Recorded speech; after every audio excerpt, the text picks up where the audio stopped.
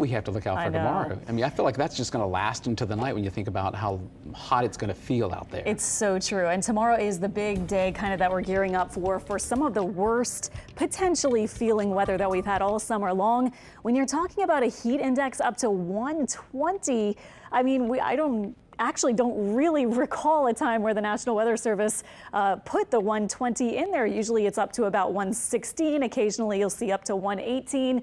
So tomorrow it could feel even a little bit more sweltering and a little bit steamier and muggier than even some of our hottest days we've had so far. So for tomorrow, weather impact alert, this is 10 a.m. to 7 p.m.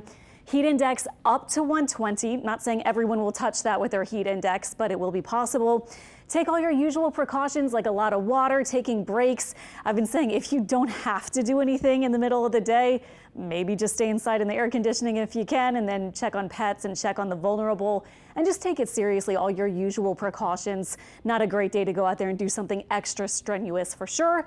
We're included under that excessive heat warning for tomorrow in the hot pink. So here's your planner at noon, already feeling like over 110 potentially, and then this is by the afternoon. As our temperature still goes up to about 97 or 98, that's only 1 degree away from the record tomorrow, which is 99. It could start to feel with that increase in mugginess like close to 120. And that's because our humidity is going up with our front that's eventually going to move in. But sometimes you can see a buildup of mugginess and moisture ahead of a front that eventually does move in. So eventually it'll feel nicer, but we are looking at that really hot day tomorrow. Also, of course, the big thing this evening has been these storms rolling from north to south, kind of broke up right over the city of New Orleans as they were rolling off to the south, but certainly a lot of rain. Some spots got up to 1 or 2 inches of rain. William Taylor in Thibodaux told me his temperature just completely fell so fast to 71 degrees as these storms were moving through a few minutes ago, and a lot of lightning, and you can see picking up a little more lightning with this part of the storm south of Homa now. Still a few sprinkles possible, but I was pointing out not all those radar locations with the color are getting rain at this point. Our different sites did log up to about a 1/4 inch of a rain, but individual locations with heavier downpours, again, you might have gotten 1 or 2 inches. This is satellite radar, our rain coming to an end pretty soon. Here's the front that's going to be moving through, and we have a surface high swirling out to the west of us.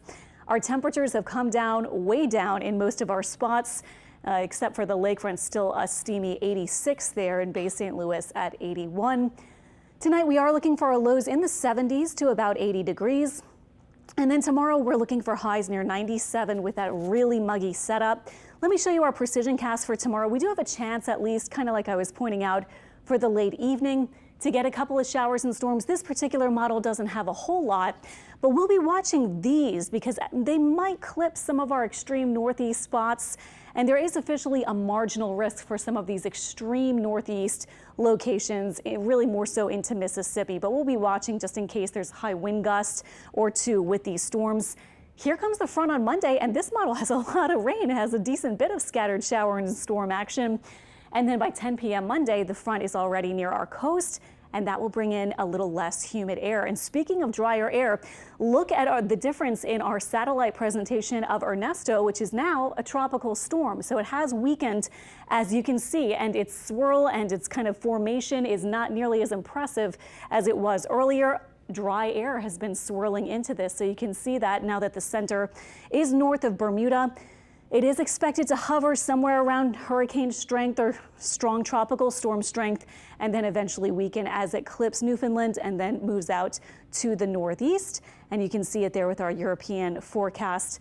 As it continues into cooler waters, it should continue to weaken in the next few days.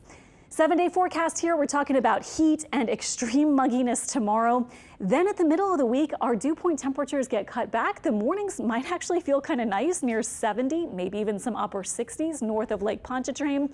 And our temperatures still hot during the day in the mid-90s, but again, not feeling as oppressive by any means. Dew point temperatures could make it into the 60s. We expect some rain returning Friday and Saturday. Well, one of our producers